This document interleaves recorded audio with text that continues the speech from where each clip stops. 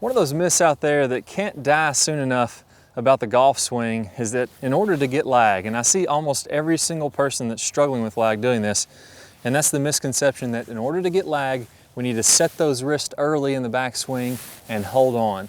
Well, we're going to go over that in this video, talk about why that is dead wrong, and how to fix that to improve your lag and club head speed.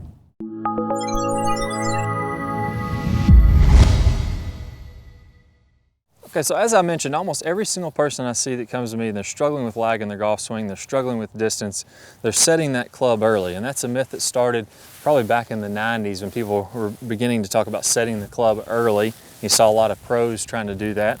But that makes it very difficult to get lag in the golf swing. And the reason for this is the golf swing is a fluid motion. We can't really just set the club in one particular position and then move out throughout the entire swing and try to keep it in that static position. It simply doesn't work. It's a very fluid motion. And the second reason is oftentimes, as many things with golf, golf is a game of opposites. So if we start to set the club early in the backswing, the tendency is going to be set early and then cast as soon as you start down. So we're going to go narrow and then wide as you start down. You're going to lose tons of club head speed. Very inconsistent ball striking and no compression.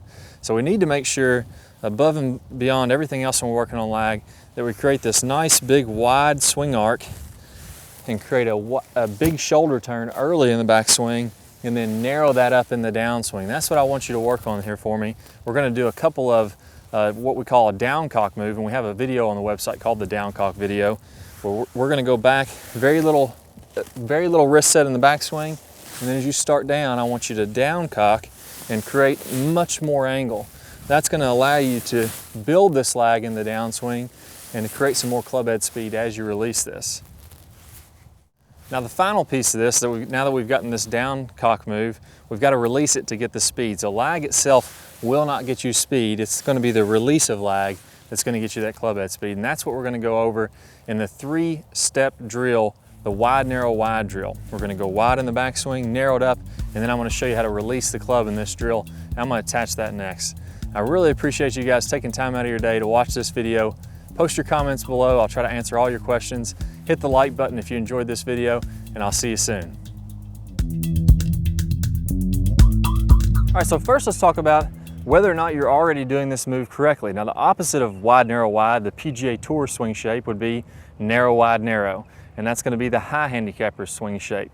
When you're doing this, instead of having that nice wide swing arc going back, you're bending the right arm early and you're picking the club up with your right wrist. This is creating a very steep angle on the way back, a very narrow arc. Now from here, the tendency is going to be to cast. Now the reason for this is I'm picking up this right arm and I get this right arm really, really loaded and by my side here.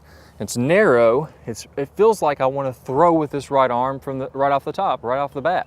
So I'm going to cast as I come down, and that's great if I want a lot of club head speed back here, but if I want a lot of club head speed at the ball, I need to keep that angle. So if you go narrow, your tendency is going to be to throw from the top, cast the club, and then as you're coming through, you're going to go narrow again.